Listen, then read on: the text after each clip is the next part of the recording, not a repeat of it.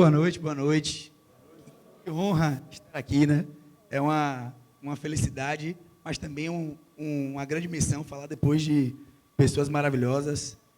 Lícia conseguiu até me acalmar com o discurso dela, porque foi um discurso extremamente fluido, e eu acho que eu quero começar falando um pouco sobre duas coisas, né? Primeiro, que a gente planeja falar um monte de coisa aqui, quando chega aqui, muda tudo. Isso é um primeiro ponto do TEDx, que é legal, e eu estou acostumado com isso. E segundo, que é um ponto que eu me conectei muito com a palestra dela também, que é a gente que vive de entretenimento, de alimentos e bebidas, né, que é o meu ramo, a gente tem uma tendência a desvalorizar o que a gente faz. A gente acha, às vezes, que eu estou fazendo comida, estou fazendo restaurante, estou, enfim, fazendo o que talvez todo mundo faça. E aí, quando o Ricardo me chamou, eu falei, por que eu vou falar, irmão? Por que eu vou contar para a galera aqui que traga um pouco do meu legado e que traga um presente para vocês, né, sem falar só da minha história, e que eu possa, através da minha história, impactar a vida de vocês e deixar um presente para que vocês usem para o futuro. E aí, antes de falar sobre isso, que o Ricardo falou sobre o meu flow, eu preciso falar quem eu sou um pouquinho, coisa rápida. E aí eu tenho, na minha biozinha do Instagram, que não quer dizer nada, mas eu gosto de fazer isso, aula de terapia aí para vocês, eu me autodenomino como TDAH, que vocês vão perceber aqui pelo meu movimento no palco, que eu sou um TDAH bem forte, amigueiro, porque eu amo fazer amizade, amante da baixa gastronomia e anticonformista. Então, isso são 4 coisas que me definem muito.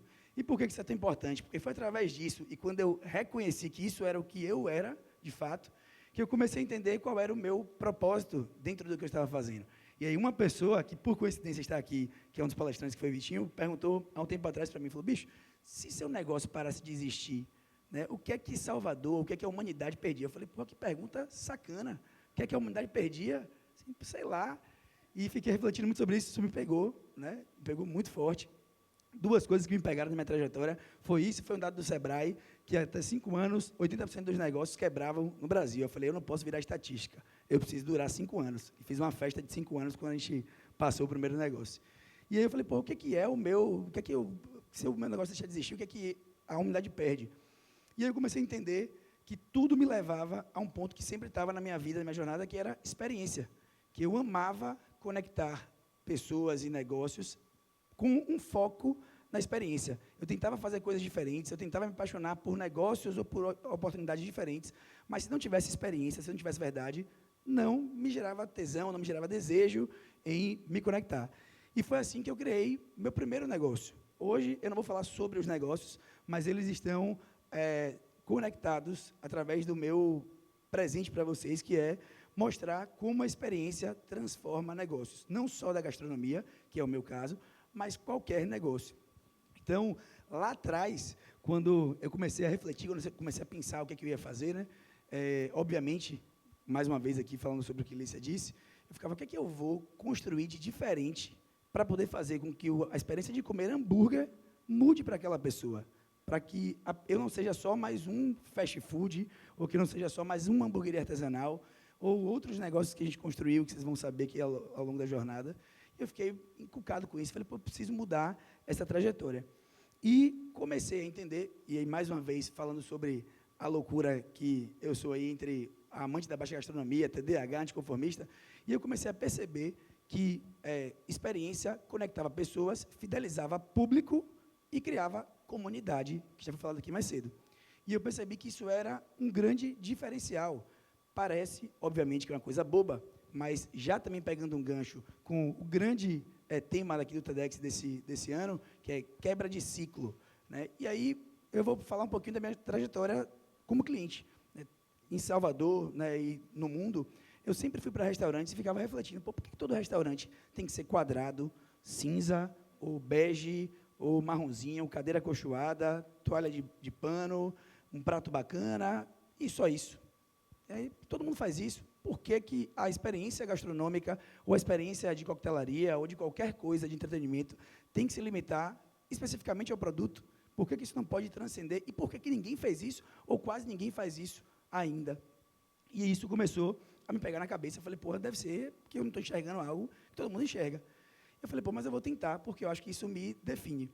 E aí construí, na jornada dos meus negócios, hábito de provocar, de me provocar e tentar causar o inesperado. Vou contar uma história para vocês rápida. Algumas pessoas, talvez aqui que eu conheço, viveram isso, mas, através da experiência do inesperado, a gente criou um evento que parou, pelo menos, o nosso público nicho da cidade, que foi quando a gente fez 2 anos de vida na Red Burger, que é um dos meus negócios, e a gente criou uma campanha, que era 2 anos de Red, R$ 2 um hambúrguer. Só que, para isso, a pessoa tinha que ir até uma plataforma, se cadastrar, dizer por que ela se conectava com a Red, qual é a Red que ela ia, quantas vezes ela vinha, e trocar dados com a gente. E a gente, obviamente, achava que ia dar muito certo, mas não tão certo quanto deu. E a gente serviu 3.000 hambúrgueres nesse dia, com filas no quarteirão. Na rede da Pituba, ali, para quem conhece, tinha fila até o Aquibeu, que é muito, muito, muito distante. A galera levando cadeira de praia, levando o cooler. Eu falava, pô, não é possível que esse cara não pode consumir um hambúrguer. Eu falava, galera, a gente está vendendo hambúrguer também, fora dos R$ 2, para quem quiser. Ele falou, não, eu estou aqui pela resenha. Eu vim para poder curtir a onda da fila e dos 2 anos de Red, R$ 2 um hambúrguer. E isso foi um dos meus primeiros cliques, de que como experiência fidelizava público e conectava a comunidade. Falei, meu Deus, todo mundo que está aqui nessa fila, eu conhecia grande parte, podia pagar o valor, que na época era R$ 28 um hambúrguer, mas eles estavam ali porque eles se sentiram pertencentes à comunidade, na loucura de viver uma experiência.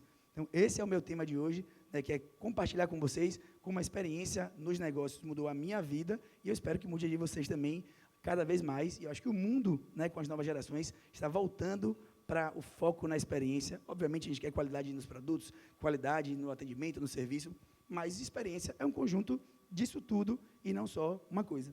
E aí, continuando a minha jornada como um todo, né, isso foi em 2016, quando eu abri meu primeiro negócio, foi extremamente difícil, né, para mim, que vim do direito, né, eu achava que ia fazer direito, como a Olícia falou também, obviamente não ia dar certo, não tinha condições de eu ficar parado dentro de um escritório, tentei na área de direito, tentei no serviço público estagiando, tentei numa grande multinacional de auditoria tributária e percebi que eu não gostava daquilo. Então, o primeiro convencimento foi interno, eu precisava me convencer de que aquilo ali iria me mudar.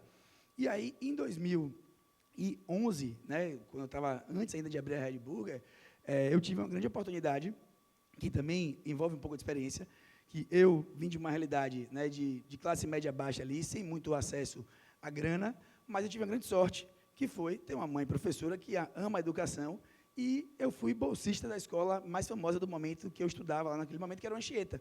E isso mudou a minha vida. Eu falei, oh, que loucura, como acesso, né, permite a gente viver tantas coisas. E, sobre contar a experiência, né, o que mudou de fato, teve uma virada de chave na minha vida, foi que eu tive a oportunidade de fazer um intercâmbio, praticamente com 50% de desconto ali no intercâmbio, porque eu contei a minha experiência, falei que nem li isso aqui também, contei uma mentira, falei, ó, vim de uma realidade aqui assim, meu sonho é morar nessa cidade, que eu nem sabia qual era antes de ter vivido ali, o sonho de viver, estudar inglês, etc. e tal, e consegui uma bolsa de estudos e fui para a Inglaterra. E esse ponto foi quando minha cabeça deu um boom, assim, que foi viver uma realidade fora daqui de Salvador, que, infelizmente, né, alguns lugares que estão mais desenvolvidos têm já alguns anos à nossa frente nessa priorização da experiência, da conexão, mais acesso a alguns insumos e algumas tecnologias. E aí, quando eu fui para a Inglaterra, eu falei, que loucura, isso aqui é um mundo, eu preciso voltar e contar para a minha galera de Salvador isso daqui. Lá eu conheci minha esposa, Irina, que vocês também vão conhecer daqui a pouco na apresentação, e voltei para Salvador, louco para poder compartilhar com meus amigos sobre aquela ideia, sobre aquela vivência que eu tive, sobre o quanto eu queria transformar aquilo ali em palpável para a população baiana, e tentando convencer algum doido de entrar nessa jornada comigo. Voltei a morar fora, porque minha esposa não é brasileira, é italiana, foi morar lá fora. Depois voltamos para o Brasil e começamos a jornada juntos, que a jornada foi de tentar transformar a experiência de gastronomia, de restaurante, de coquetelaria e de bebidas como um todo, que a gente também tem outro produto, numa experiência incrível e inesperada. E aí, por que eu estou falando sobre isso também? Porque eu aprendi nessa minha jornada que, para além da experiência ser legal, ser bacana, ela precisa ser inesperada. Efeitual, ela muda, né, e muito como a gente enxerga aquele momento.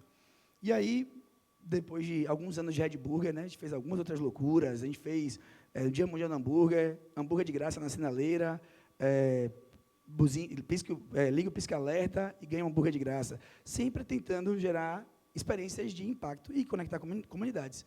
E tinha um sonho gigantesco de fazer alguma coisa diferente, né, lá atrás, e me veio a ideia de fazer um bar super imersivo, que ficou guardadinho no meu coração. O nome do bar se chama Red Light, em homenagem a um lugar que eu nunca tinha ido, que era Red Light District, em Amsterdã, que era a rua famosíssima dos cabarés. Eu falei, acho que Salvador está muito conservadora, não vai rolar. Vou mudar de nome, mas não tão conservador assim também. E aí me veio uma ideia, porque eu já tinha vivido algumas realidades e conheci um grande poeta italiano, que era Dante Alighieri, e me veio a ideia de criar um bar inspirado no Paraíso, Purgatório e Inferno de Dante. E aí veio a grande ideia de abrir o Purgatório, que é um bar, o primeiro bar escondido de Salvador. É um bar que eu fui contra todas as lógicas. Obrigado. Fui contra todas as lógicas, e aí vem um grande desafio, né? Que é o louco que quer focar em experiência, ele tem que se duvidar, ele tem que se autocriticar. Eu falei, bicho, vou criar uma experiência que vai ser diferente, o nome é Purgatório, a luz é vermelha. Vão pensar o quê? É um cabaré. Dito e feito. A gente recebia diariamente dezenas de casais falando assim, isso é uma casa de swing. Eu falei, não é. É um cabaré. Eu falei, não é. Pelo amor de Deus, eu juro que não é. Até que eu entendi que fazia parte da experiência brincar com isso. E escrevi bem grande na porta, This is not a strip club. E a galera falou, que loucura, você escreveu isso aqui? Eu falei, exatamente, porque a gente tem que transformar a experiência do talvez seja um cabaré em experiência para o cliente. E esse foi um dos grandes pontos do Purgatório também, né? Que, graças a Deus, a gente conseguiu elevar a um patamar super bacana. O Purgatório, ele tem, para quem já conhece, a gente brincou um pouquinho com tudo que era mais difícil aqui de Salvador. Você tinha que reservar, tinha que pagar para reservar, só sabia o endereço um dia antes. Só que, mais uma vez, eu apostei no que geralmente o empreendedor de alimentos e bebidas não aposta, que é acreditar que a experiência ela vai conectar pessoas. E isso é tão importante, porque, obviamente, né, isso era uma hipótese na minha vida, então eu não tinha certeza que ia dar certo, mas eu achava que ia dar certo. E isso foi a primeira vez que eu validei, assim, com toda certeza, que a experiência transformava as pessoas em fãs, né, em pessoas leais ao negócio. Porque, imagine, Salvador odeia reservar lugar. A gente adora sentar na rua, consumir em cima da hora, chegar e ter lugar, e eu fiz todo o contrafluxo, mas eu criei uma coisa, a experiência de ser escasso. E isso tem muito em evento também, né? Então, se você não tem a senha, você não entra. Se você, mas eu conheço o Peu. Peu não tem amigo, Peu não tem família, Peu não está nem aqui. Não vai entrar. E isso gerou um desejo muito grande. E eu percebi que isso era o meu DNA, né? Que era o DNA que eu queria entregar para Salvador e em tudo que eu fizesse. E aí vem uma segunda jornada na minha vida também. A gente tem hoje um outro projeto que me tocou o coração também, que é um projeto de bebidas, né? Depois de estar no Purgatório, depois de ter conseguido conectar pessoas através de experiências, a gente foi para uma outra etapa, que era, eu tinha experiência legal, eu tinha os clientes, mas depois a experiência ficou tão interessante que ficou desinteressante. Por quê? Porque todo mundo queria tanto ir que parecia que era inacessível. E aí eu tive que criar um segundo movimento, que era, venha para o Purgatório, é acessível, a experiência é legal, você pode acessar e vamos popularizar o Purgatório através de qualidade. E aí foi esse segundo movimento. E aí veio, já depois de segurança, confiança, né, entendendo que a experiência realmente transformava as pessoas, eu tive a oportunidade de criar um outro negócio, chamado Royal Charlotte, que é um licor de mel de cacau, especiarias, que também foca na experiência, né? O Royal Charlotte é um banco de corais no sul da Bahia, que tem uma população gigantesca de marlim azul, que é o peixe-espada, e a gente queria trazer numa garrafa, que é uma outra coisa, eu estou falando isso por um motivo bem específico, fora do negócio, que é a alimentação, que você entra, que você senta, um negócio que pode trazer uma experiência super bacana num rótulo, numa garrafa, em algo palpável, que você pega. E o Royal Charlotte, para quem conhece, tem uma garrafa extremamente bonita, que conta a história de Ernest Hemingway, que é o velho mar, traz o tesouro baiano escondido, que é o cacau, traz o marlim azul, e a gente foi premiado ano passado na maior competição de licores do mundo, né, de bebidas e destilados do mundo, como a garrafa mais bonita do mundo. Então, mais uma vez, a experiência mostrando que consegue conectar pessoas, gerar desejo, gerar valor e fidelizar público. E aí, depois disso daí, eu estava super confiante. Falei, meu irmão, eu sou barril dobrado, vou apostar só na experiência. E aí vieram 2 projetos finais que a gente construiu agora, que eu queria sempre quis ter um boteco, porque eu sou amante da baixa gastronomia, sou TDAH, amigueiro e anticonformista. Eu falei, pô, o boteco é minha persona, eu preciso ter um boteco. E, mais uma vez, eu vou sempre nos nomes que são contrassenso. E assim surgiu o Pirambeira. Para quem é mais antigo, Pirambeira é uma expressão que eu ouvia de minha avó, de meu avô, quando a pessoa estava largada ali, ficou solteiro, falei, rapaz, esse aqui está solto na Pirambeira. Eu falei, isso aqui é tão valioso, é pré-histórico, a gente precisa resgatar isso. E como o Pirambeira era um resgate do boteco tradicional, que eu via pequeno, ou ouvia, né, quando eu estava crescendo, a gente resolveu apostar nisso, nesse conceito. E, por último, né, veio um italiano, que a gente abriu essa semana, por sinal, e quero falar sobre ele por quê? Porque, para finalizar essa validação de como a experiência ela transforma negócios, e ela está nas redes sociais, ela está no boca a boca, ela está nos eventos, nos RPs, está em todos os momentos, a gente criou um negócio que era um italiano, só que eu sabia que ia ser extremamente difícil, né, no mercado de Salvador, que tem 40 italianos ou mais, me sobressair. E aí, como é que a gente faz isso? E todo mundo enxerga o caminho mais difícil, né? Pô, a gente tem que falar que a massa é tradicional, que a gente faz a massa, que não sei o quê, e a gente faz tudo isso.